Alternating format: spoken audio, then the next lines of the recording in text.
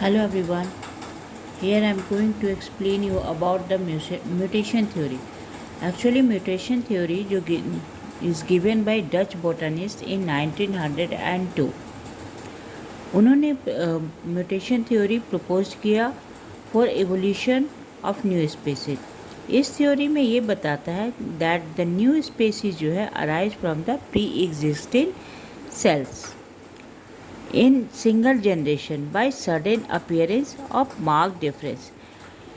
These abrupt distinct changes होता है were called mutation, which occurs due to sudden change in the structure of gene. So according to mutation theory, evolution जो है एक discontinuous और jerky process है। यहाँ Hugo de varies formulate किया mutation theory for the observation on different species of evening primrose ओइनोथेरा लैमार्कियाना पर उन्होंने इस थ्योरी को प्रपोज किया। उन्होंने ऑब्जर्व किया कि 9 different species of garden primrose which वर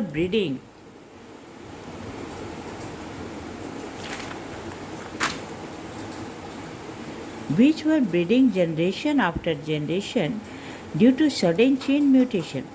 अब इसके साइलेंट फीचर क्या है म्यूटेशन थ्योरी के कि म्यूटेशन थ्योरी अचानक अराइज होता है। वो कहाँ होता है? जर्म प्लाज्म ऑफ ऑर्गेनिज्म के जर्म प्लाज्म में होता है टाइम टू टाइम, और मे बी बेनिफिशियल भी हो सकता है, हार्मफुल भी हो सकता है। ओनली वो म्यूटेशन जो होता है हेरिटेबल होता है जो जर्म प्लाज्म में होता है। म्यूटेशन जो है गवर्न बाय कंट्रोल होता है डॉक्ट्रिन ऑफ नेचुरल सिलेक्शन के द्वारा, ये जो है कंट्रोल होता है। म्यूटेशन के फेवर में कौन कौन सी थ्योरी है?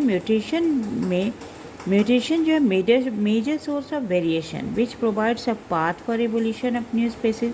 ये न्यू स्पीसीज के लिए एक रास्ता निकालता है, खोज करता है। ये एक्सप्लेन करता है कि प्रोग्रेसिव और रेट्रोग्रेसिव एवोल्यूशन के बारे में भी ये बताता है। बहुत सारे ऐसे स्पीसीज हैं जो म्यूटेशन के थ्रू इवॉल्व हुए, जैसे फॉर एग्जांपल एंकन सिप है, शॉर्ट लेग सिप है, या हॉर्नलेस कैटल, और बहुत सारे ऐसे क्रॉप्स हैं जैसे बंगाल ग्राम हो गया, रेड सनफ्लावर हो गए, एप्पल हो गए, ऑरेंजेस हो गए।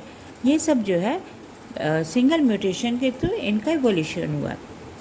क्रिटिसिज्म जो है इसके बारे में जो क्रिटिसिज्म हुई है वो ये है कि स्पेसीज जो ओइनोथेरा जो है वो रिजल्ट ऑफ क्रोमोसोमल एब्रिविएशन का है, ना कि म्यूटेशन का है। दूसरा है जो म्यूटेशन की जो फ्रिक्वेंसी होती है, जो आवृत्ति होता है, वो इतना ज़्यादा होता है, बहुत ज़्यादा नहीं होता है जैसा कि ह्यूगो डे वेराइज ने सोचा था।